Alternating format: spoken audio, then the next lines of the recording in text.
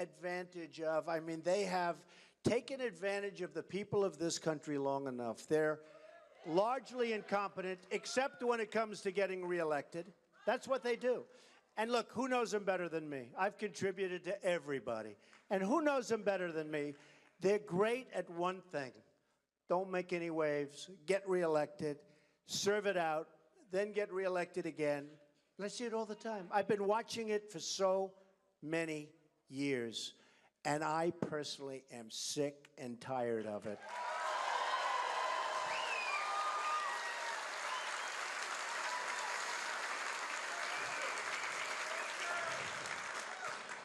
So backstage, I met some of the vets, the greatest people we have in this country. And they've been mistreated. They've been treated like third-class citizens, and it's going to stop. It's going to stop.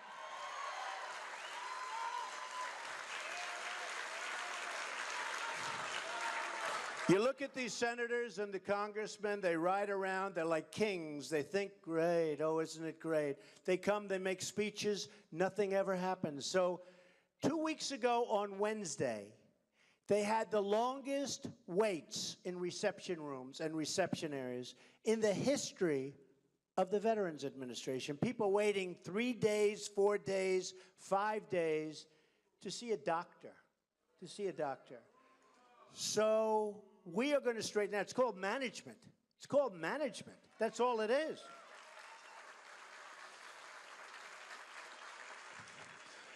The military is going to be so strong in this country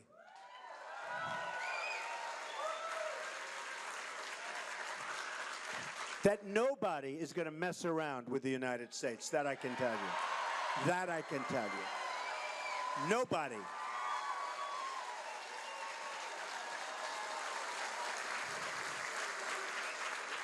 You know, over the last few weeks, Jeb Bush, in favor of Common Core, weak on immigration, not good on military. Can you believe, thought the Iraq War was a good thing? I mean, look, you can make a mistake. I was against it for a long time. I'm the most militaristic person in this room, but you have to know when to use it. You have to know when to use it. Think about it. We spend $2 trillion in Iraq. And by the way, China's taking out a lot of the oil, just so you understand. ISIS may have it, and Iran may have it, but China's taken out a lot of the oil. Can you imagine? We never do anything right with China. We spend $2 trillion, thousands of lives of great people, mostly great, young, beautiful people, wounded warriors who I love all over the place, all over the place. Not treated properly, by the way. And we have nothing. And Iran is taking over Iraq. And the parts that they want to give up, they're giving oil to ISIS. So ISIS has the oil. And you remember when I said you shouldn't go in, and in fact, just check it. Reuters wrote an article, big article, in 2004, that Trump, don't go in because you're going to ruin the balance. You had Iran and Iraq, they were the same. They were twins. They'd have wars for years, wars, boom. One goes this way, one goes that way, one. And I said, if you take out one, the other one's going to take over. Well, we took out one, and look at the mess we have. We've destabilized the Middle East, and it's a mess. And Jeb Bush he didn't know the difference. He couldn't answer a question. Was Iraq a good thing or a bad thing? It's all right to say they made a mistake. Finally, after going to his pollster, who he pays a fortune to, by the way, after 5 days, he said it was a bad thing. Okay, so let's accept that. That's okay. Then the other day, I'm watching, yesterday, and he's saying, well, we got Saddam Hussein out, didn't we? I mean, I'm not a fan of Saddam Hussein, but he ran the place, and he had no weapons of mass destruction. And now instead of Saddam Hussein, we have far more brutal. We have ISIS. And we will have Iran because they're already making deals. So when I heard 2,500, I thought it was a typo in the New York Times. I said, they mean 25. They mean 2.5. They mean 250, maybe. That's a lot. So these are 2,500 Humvees, armor-plated all over. So when the bombs go off, you don't lose your legs, and you don't lose your life, and you don't lose your arms. Really great vehicles. One shot is fired, and these guys run away, and the enemy picks up 2,500. Now think of it. Think of it. So we need the right thinking. And I said, and some people said, what a terrible statement he made. Because when we had to leave, you had to leave. You know, you can talk about surging, but at some point we have to leave. We can't stay there forever. And if we'd loosen up some of these ridiculous rules, we have so much oil under our own feet. We don't need them anymore for those things because of new technologies. New technology. So we're going to leave, and I say, leave, but take the oil. Do you remember that? Did anyone ever hear that, me say that? I'm saying it all the time. I've been saying it for years. Take the oil. And I watch these guys on television, political people. Many of them are with the administration, and I think they mean well, but they don't have a clue. They'd say, isn't that silly? Mr. Trump says, take the oil, isn't it? Well, you know who has the oil now? Iran, ISIS. Everybody has it but us. We're the only ones without the oil. It's hard to believe. We need General Douglas MacArthur, I thought he was great. You know, to this day, the highest academic record, I'm big into school and academics, I love it. I went to the greatest school. You have to be really smart to get into that school, the Wharton School of Finance. But you got to be really smart. And that was before I was Trump, you know? That was before I was Trump. But you have to be really smart. That's like the hardest one. But you know, even then, by the way. But General Douglas MacArthur, to this day, was the greatest student in the history of West Point. Plus, he had the look, he had the whole deal. He was a general. I don't see it now so much. I don't want to knock any of the generals, but I'll see some of these guys come on. Can we defeat ISIS? I don't think so.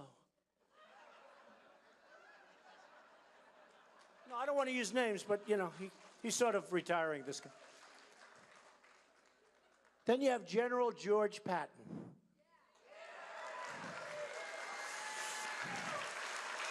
So, do you think General Patton, when President Obama, remember not so long ago, he said, we're going to attack a certain city. And he said, in 2 weeks, we're going to attack this city, and we're going to attack it from the front. And we're going to use drones, and we're going to use this. Now, in the meantime, the enemy's saying, bing, bing, and it was brutal. It turned out to be a brutal situation. And I said, you know, that's great. That's camouflage. What a smart thing he's doing. Because he's probably going to do the opposite. Well, in 2 weeks we attacked. We attacked from the... It was the craziest thing I've ever seen. And it was a terrible, you know, something that should have taken 24 hours was like months. And I said, I wonder what General MacArthur and General Patton, just to name two of the great ones, are doing right now in their grave. You know what they're doing? Spinning. They're spinning. They're saying, I don't believe it. I don't believe it. So we have such a great country, but we've gone down so far. China yesterday, I'm big for the world of financial. And I tell you what, CNN did a poll. And I was through the roof on the economy. I was like really high. I have to be exactly accurate because otherwise they'll have a front page story that Donald Trump gave false. But I mean, I was many times number two. I was through the roof on leadership. That's a pretty important subject, right? Leadership. I killed everybody on leadership, right? I did great on the military, and I actually think the military would be just as good as the economic for me personally. I think I'd be so good on the, oh, would I be tough? Oh, these poor people. I would be creating things that nobody would be playing with us, nobody. Nobody. And I don't necessarily mean soldiers. I mean, and we love our soldiers, but I mean, you know, we have weaponry that's obsolete. We have nuclear weapons. Can you believe 60 Minutes they do a show? And the whole show was how bad a condition our nuclear weapons are in. Did anybody see that show? I said, can you, right? I said, even if it's true, can you believe we're putting this for the world to see, for Putin to see? By the way, 2 weeks after that show, Putin said, they better not mess with us. We have nuclear weapons. Can you imagine? Putin said, from Russia.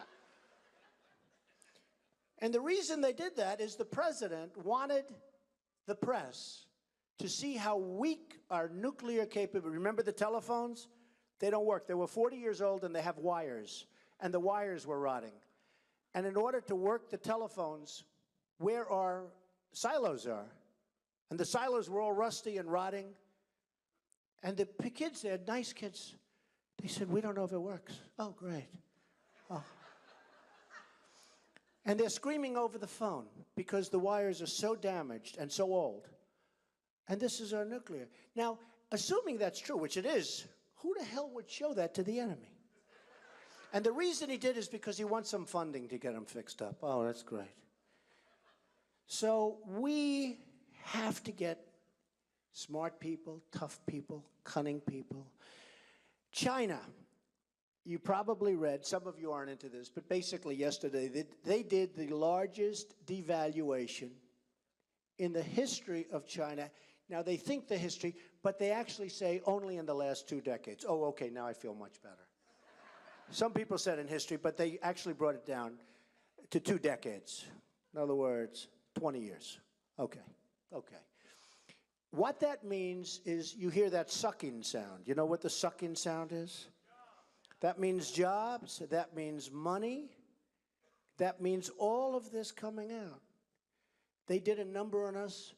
And I said when they did the last one, which wasn't long ago, like 6, 7 months ago, but it was a much more modest evaluation, I said, I can't believe that Obama's allowing this to happen. And we have all the cards. I just told the press, it's the greatest theft in the history of the United States, what China has done to us. We have rebuilt China. Our money has rebuilt China.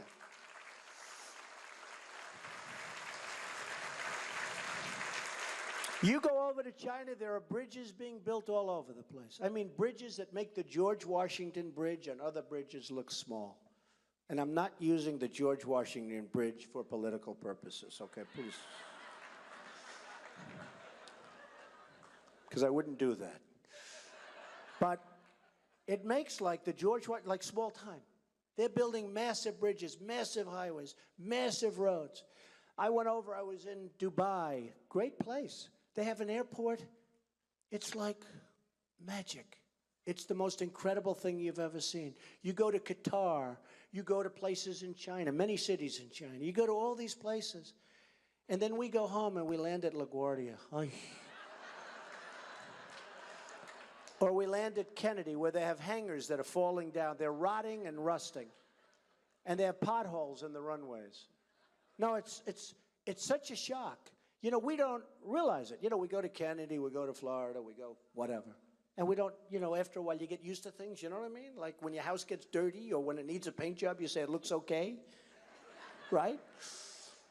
But these airlines are so bad, thank you. These airlines, it's so sad. It's so sad.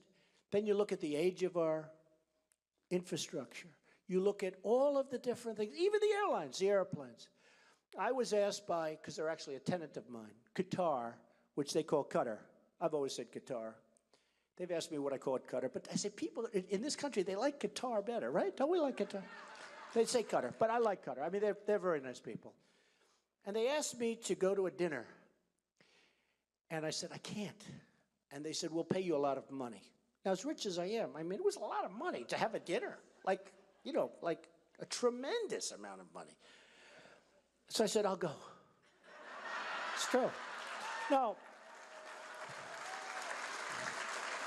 You have to understand, you can be really rich But if you're going to get hundreds of thousands of dollars to have a dinner 2 blocks from your house and you don't do it, it's time to retire. Do we agree? Do we agree? So anyway, so I went. And it was so amazing. And I said to the head man of the airline, what is the average age of your planes? And he said, like, oh, about a year and a half. And then they showed charts where the average age of, like, some of our airlines, 32 years, 15 years, 28 years, and you see it. And then I said, how do you finance your planes? And he looked at me like, finance? We don't finance, we pay cash. Saudi Arabia, and it was very impressive. I mean, I was impressed, it wasn't a question. And then when I went to Qatar, I went into an airline terminal that was the most beautiful terminal I have ever seen, ever. Most magnificent. They had lounges, they had spas. They had spas. Before you get on the plane, you can get a massage. I'm not into that, though. I've never been. I don't like people touching me. It's true. It's true. It's true, actually. But they have these magnificent spas, everything. And I said to the head man who was taking me for a tour, I said, this is the most beautiful airline terminal I've ever seen. It was massive. He goes, no, Donald. This is temporary. Our new one is being built over there. And he pointed, and there must have been 40 cranes, the longest, most beautiful thing you've ever seen. This was a teardown. And I said, oh, we're doing it wrong. Saudi Arabia, and I have great relationships with Saudi Arabia, as I do with Mexico, as I do with everybody. They all buy apartments from me. They pay millions and millions of dollars. Am I supposed to dislike them? I love them. China. I sell apartments for 50 million, 30 million, 25 million, 18 million. Some of the cheap ones like 10 million. Okay, those are the cheap ones. I don't even bother to sign those contracts. But I get it from Saudi Arabia. I get it from Japan. I get it from everybody. I love these people. The problem is Mexico. I love the Mexican people. They have tremendous spirit. Tremendous spirit. When I opened, as Rush Limbaugh said, who's a great guy, Trump has taken more incoming than any human being I've ever seen. And it was only because the press totally changed my statement. They'd use a half a sentence. They'd use a sentence from behind. It turned out I was right, because I was talking about illegal immigration. And it turned out that I was right with all of the problems that are happening. But when you look at Saudi Arabia, when you look at Mexico, by the way, Mexico is becoming the new China. They are taking our, but did you know that Nabisco, did you see it yesterday? Nabisco is closing a factory in Chicago, and they're moving to Mexico, this big factory, and taking many jobs. I think about 1,200 jobs going to be lost in Chicago. No more Oreos. They make Oreos, don't they, right? No more Oreos. I don't like Oreos anymore. But no, they announced, and they're doing other things, and they're moving. Mexico, and it's great. I mean, look, Mexico, if you can get away with it, it's great. I have such respect for the leaders of Mexico and their negotiators. So I don't dislike them. The biggest bank in the world is a tenant in my building, one of my buildings. It's an incredible bank. It's the largest bank. Citibank is like a tiny subsidiary compared to this one in size. And I never have to worry about the rent, right? But, so I love these people. Apartments, with Mexico, I've hired, as an example, thousands over the years, thousands of people have worked for me from Mexico and from lots of other places. They're incredible people. But the problem is their leaders are smarter and sharper and more cunning than our leaders. They're much more cunning. The word cunning is very important because it's like sort of streety. They know what's going on. And they are ripping us left and right, all of these countries. Frankly, I mean, I could mention 100. We don't make good deals anymore. So one of our great deal makers, you probably heard of him, Carl Icahn, right? Good, smart guy, right? So I had dinner with him the other night. I said, Carl, if I do this, and I'm really doing well. I mean, hey, are we leading in every poll? Every single poll.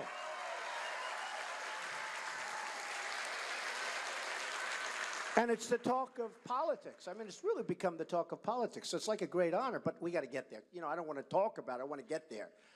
I was called by one of the biggest journalists in the world the other day. He said, Mr. Trump, could I ask you a question? What? How does it feel? How does it feel? I said, how does what feel? He said, you have done something that nobody else has ever done. You've taken over television. You've taken over the airways. It's the summer of Trump. You know, they're calling it the summer of Trump. No, okay. And I said, and this is a highly respected guy, an amazing guy. And I said, I haven't done anything because I haven't won. I mean, if this all happens and I don't win, it starts with winning the primaries, getting the nomination, and then going on and winning. I consider it a total waste of time. He said, you're wrong. You've done a great thing. Trust me, I won't be happy, okay? I won't be happy. But we're all doing well. Think of this. So if you look at Saudi Arabia, they make $1 billion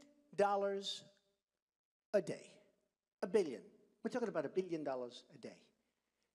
Okay? And when they have a problem, we send over our ships, we send over our... And I don't mind doing that. But they got to help us out, folks. They got to help. They got nothing but money. They're wonderful. They're wonderful. I love their investing in the United States. I love their investing in New York and buying part, but they got to help us. We're a debtor nation. We owe $19 trillion. We have massive unfunded liabilities. We're a nation that's in serious trouble. And it's going up rapidly, and Obamacare is a total disaster. It's a catastrophe.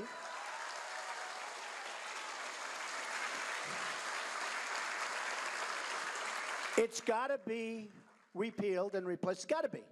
First of all, your premiums, I don't even have to see it. Your premiums have gone way up. Your deductibles are through the roof, unless you're hit by a tractor, right? It's true. And the reason I mentioned tractor, I'll tell you. So Japan now has a great leader named Abe. He's a killer. Our negotiator is Carolyn Kennedy, who got the job by going into the White House and saying, I have nothing to do. This was on television. They said, how did you get the job? And she's a nice person. You know why I say she's nice? Because my daughter Ivanka likes her. My daughter's so great. She's such a great person. My daughter likes her. She said, Daddy, she's such a nice person. I agree. I don't want a nice, I want to kill her. We're tired of the nice people. Somebody said it to me, Mr. Trump, I don't know, a woman who's a fan of mine, she said, I don't know if you have the personality to get elected because you're not a nice person. I said, actually, I am a nice person. I love helping people. You watch. You watch. I will help on women's health issues more than anybody, including on the Democratic side. Women's health issues. You watch. You watch. Bush the other day didn't want to fund them. He said, I don't want to fund women's health issues. He didn't want to fund. That's worse than Romney's 47%, which probably cost him the election, along with other things, like he forgot to campaign for about 3 weeks at the end, okay? That didn't help. Forgot to go on television for about 3 weeks. But we have to do something, and we have to do it fast. And if we don't do it fast, we're not going to have a country. Now, speaking of that, you know, it's funny, I got a great review on a speech the other night. They say his only problem is he speaks through his applause. You know why? I don't have time to wait for the applause. I want to just do it. It's true. The guy gave me like this great review. He said, he's a great speaker. He does beautifully. He's, you know, he's not scripted, which is good. Supposing I was reading all the stuff, you know, with the teleprompters. I actually said, if you're running for president, you should not be allowed to use a teleprompter. No, it's true. It's true. It's so easy. No. You walk up. Here, you walk. Ladies and gentlemen, hello. No. You shouldn't be allowed. What you going to get? Look what happened with Obama. We used a teleprompter guy. No, it's true. But, huh?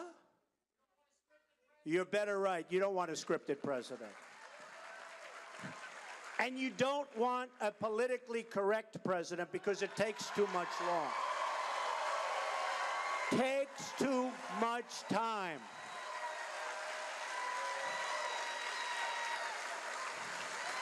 It's true. It's true. You don't want this political correctness stuff. Now I hear there's a certain college, I won't say it's in your state, but they don't want you to differentiate between a man and a woman. You heard about this one, right? If that ever passed, I'm gone. That's too much. But the things that are happening are so crazy. And, you know, you talk about political rigor. You probably heard about the little debate we had just recently. If I were politically correct during that debate, I would have gotten clobbered. And instead, we won the debate. And, you know, after the debate, all the poll numbers went up. But, boy, was that a hell of a time. Was that incredible? Was that incredible? So that debate has always had like 2 million, 3 million people. You know, the first debate, bomb, bomb, bomb, every 4 years. They had 24 million people, and probably going to go up much higher than that when the final numbers come in. So, do you think they were there for Jeb Bush or Rand Paul? Rand, I've had you up to here.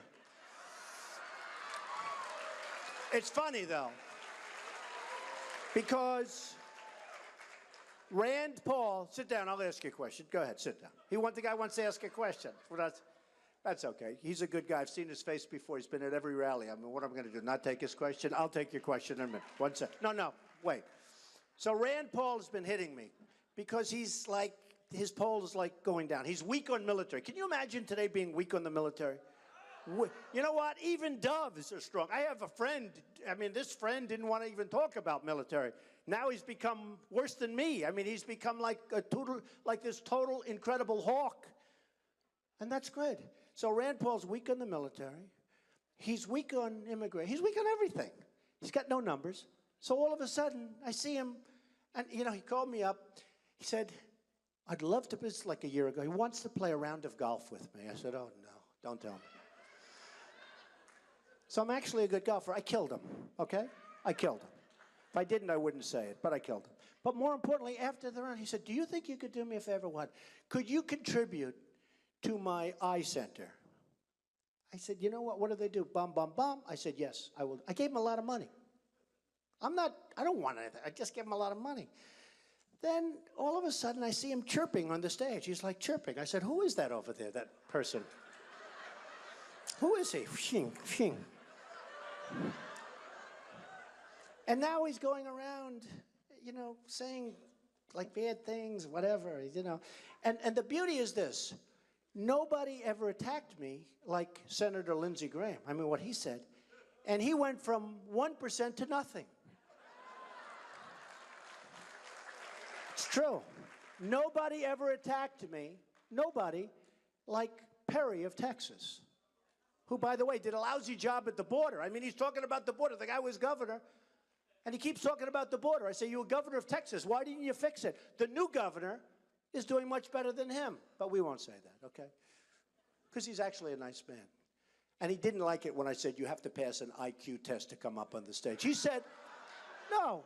He said to me, Donald Trump is keeping a senator, by the way, a failed senator, off the stage. I said, wait a minute. Went to the best schools, great student, went out, made a fortune, did The Apprentice, one of the most successful shows on television ever. NBC renewed it. I said, I'm not doing it. NBC comes up, renewed it. The biggest people in NBC came to my office 4 months ago. Please do it, please, please. I said, I'm not doing it. I'm going to make this country great again. I'm going to run for president. We're going to make the country great. I wrote many bestsellers, including Trump, The Art of the Deal, which was about the #1 selling business book of all time. There, he's got it. I said the other night, my second favorite book. Did you know what I said is my first favorite book? The Bible. That's true. It's the same thing. And I didn't ask him to stand up. Actually, I got my biggest hand the other night when I said that.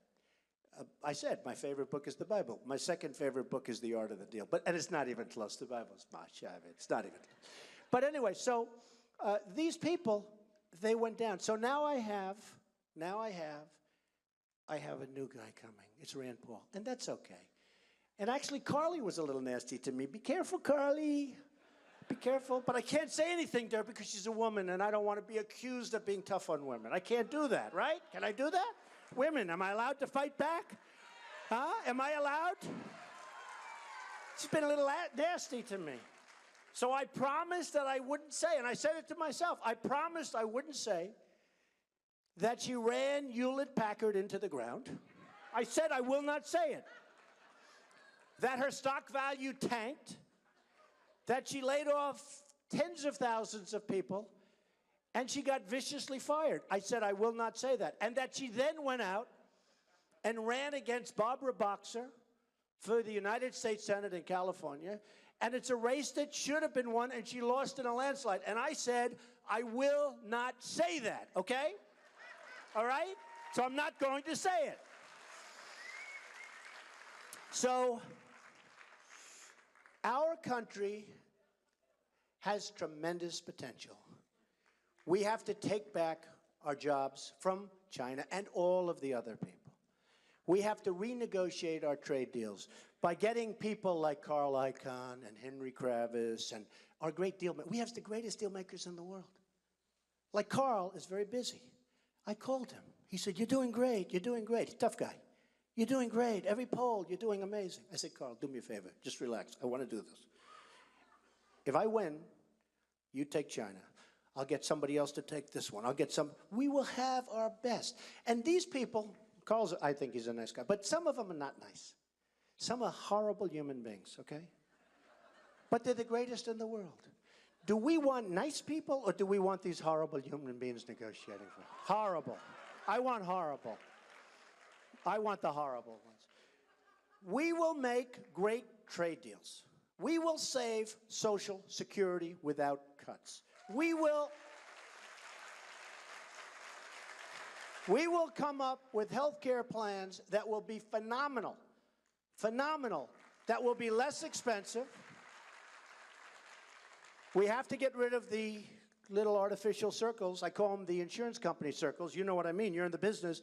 We have to get rid of the artificial circles wrapping around the states, all paid for by your local insurance companies, because they have monopolies. I have a huge company, and if I'm in New York, I get like no bids. I get one bid, okay?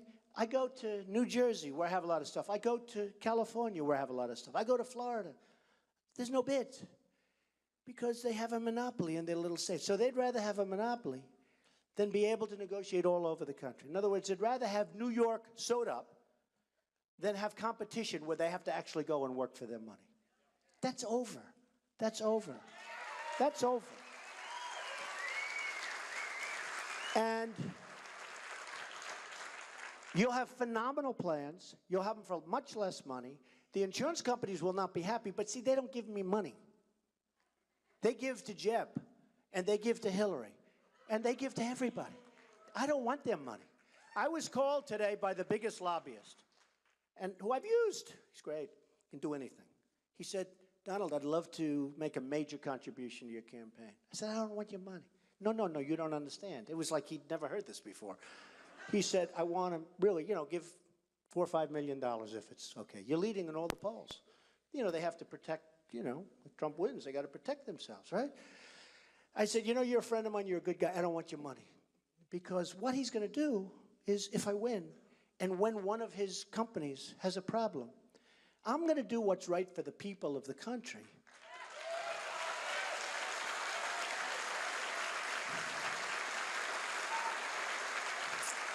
I'm not going to do what's right for him and his people. So you have the special interest people, and you have all of these lobbyists, and you have the donors. And I will tell you, nobody is going to control us. We're going to work this together, and we're going to make it so strong and so great. I use the concept of the Ford plant being built in Mexico. It shouldn't be built there. We want it built in Michigan. We want it built in New Hampshire. We want it built in Iowa.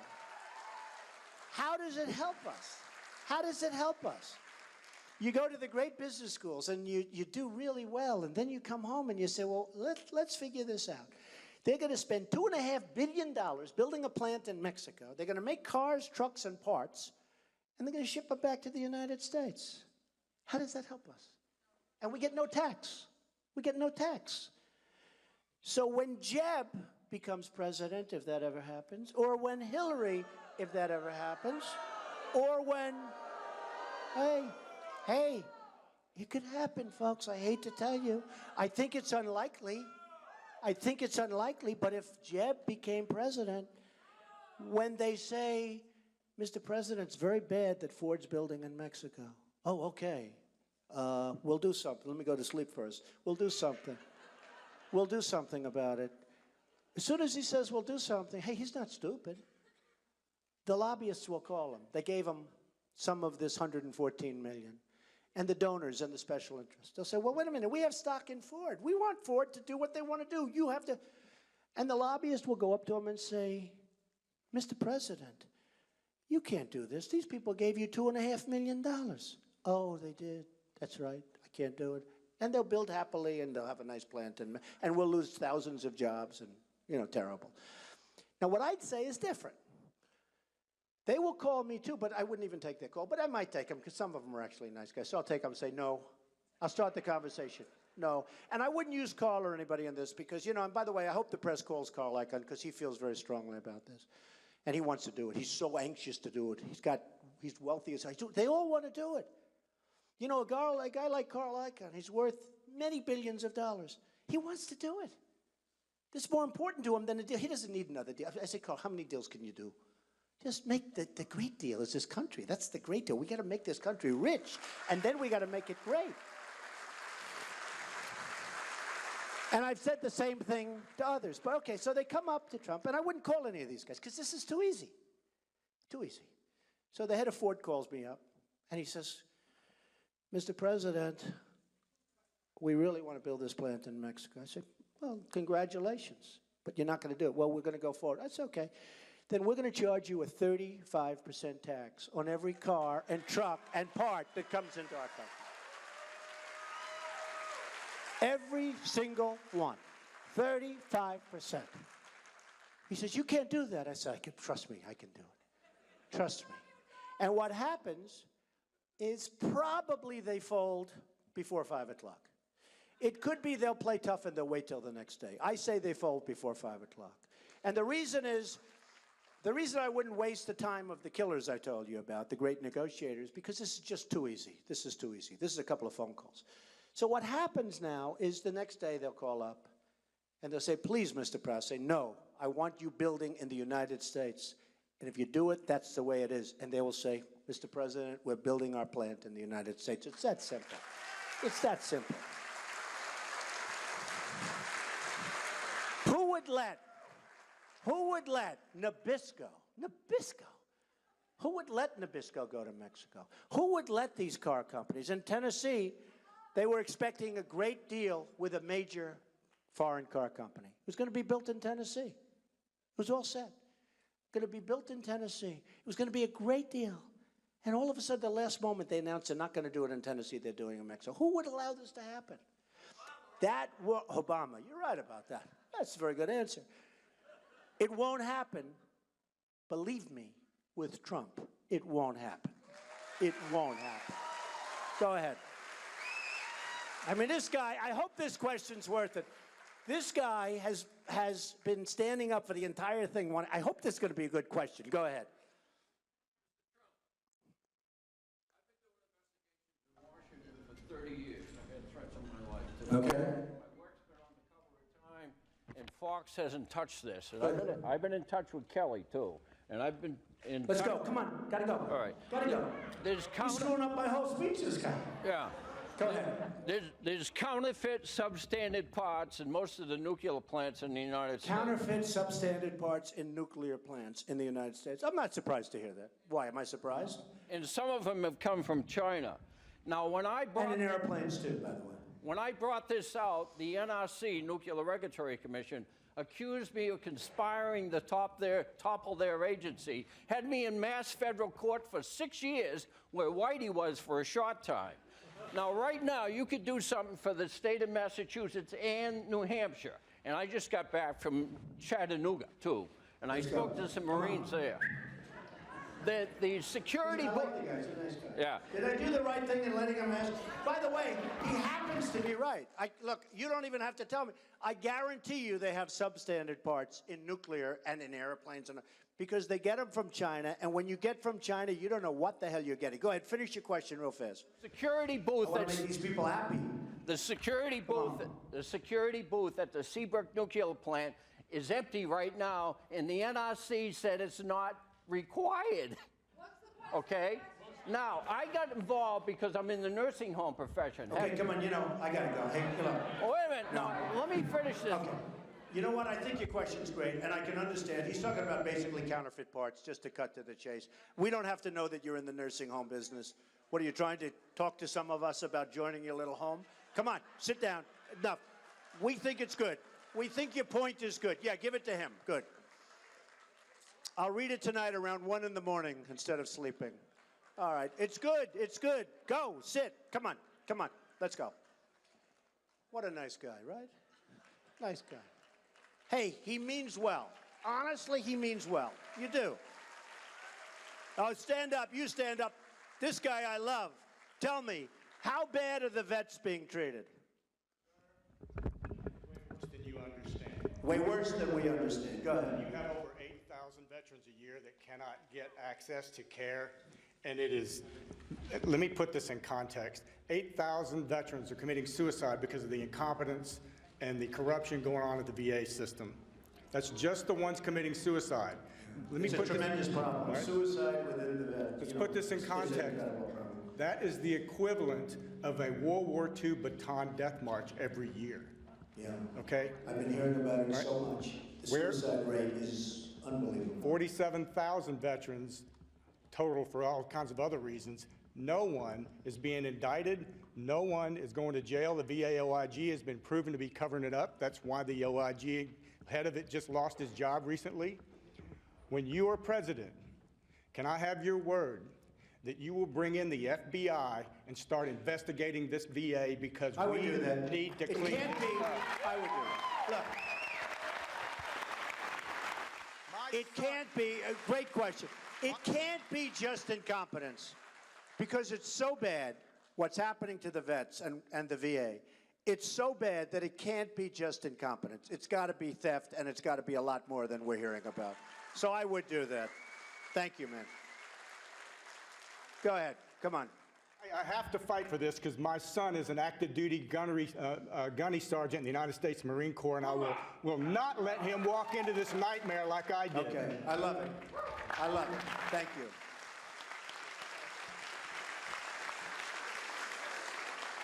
Go ahead. Let's take it. You want to take a who wants to leave? Does anybody want to leave? No. I have all night. Let's take a couple of questions. Go ahead. Go ahead. You've got that fire move down. Do you think you can fire some of these federal employees at the VA? Well, you have to. But not only the VA. How about the EPA? How about the EPA? Okay. How about our Common Core folks in Washington? How about Common Core in Washington? You think you could get rid of a few there?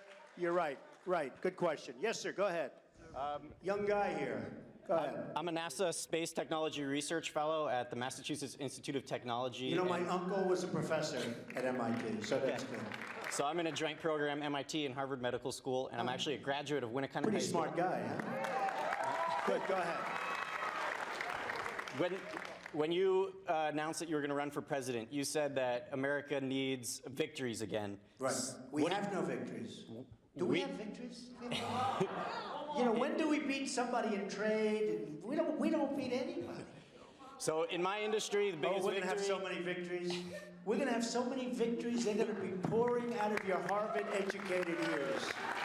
You watch. Go ahead. So in my industry, one of our biggest victories was putting a man on the moon.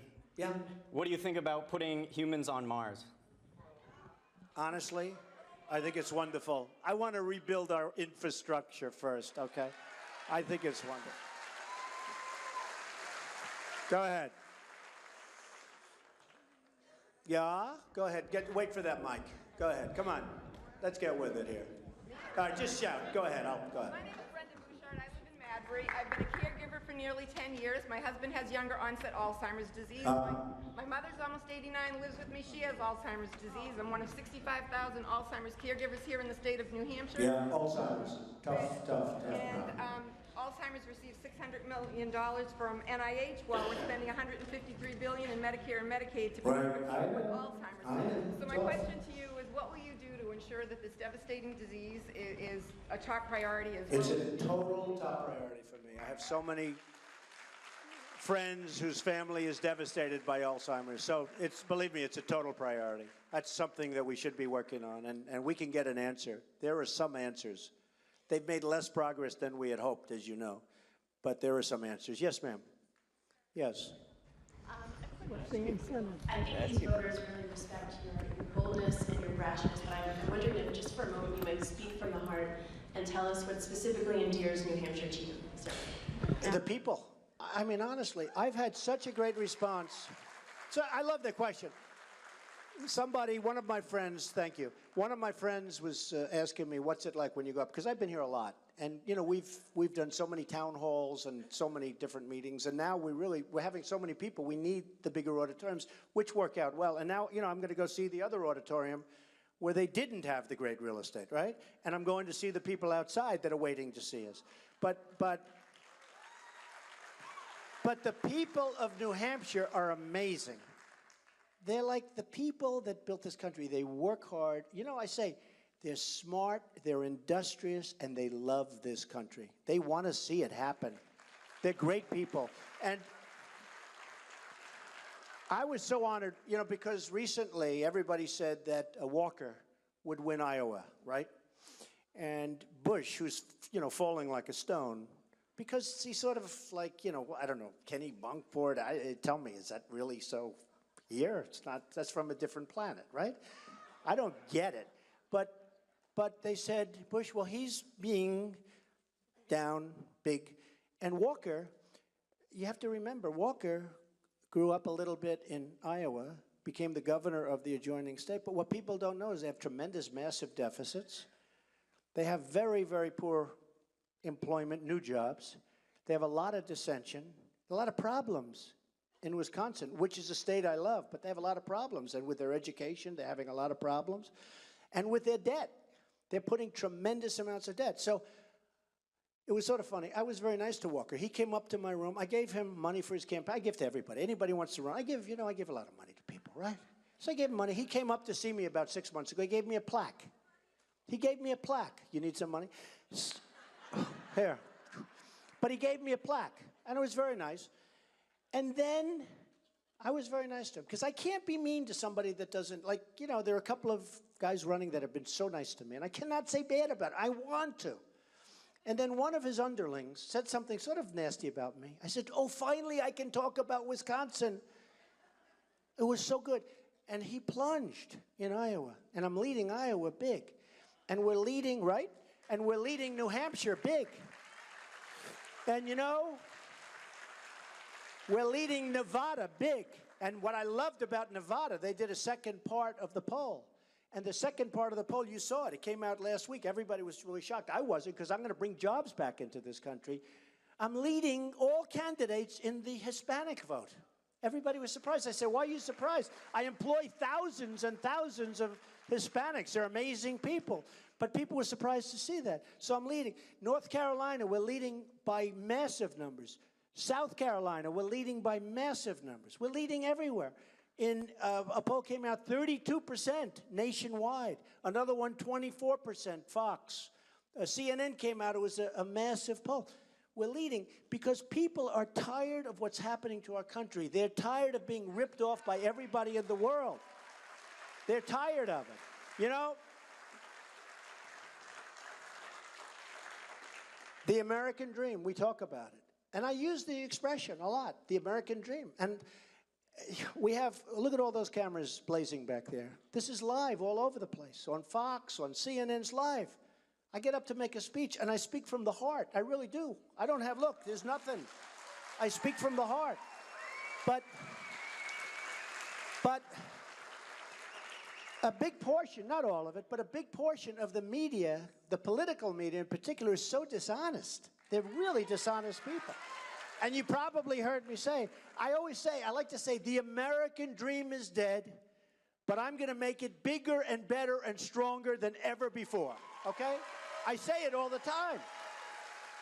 The American dream is dead, but I'm going to make it bigger, better, stronger than ever before. Okay, so I say it all the time. So I go home a month ago, and my wife saw me speaking on television.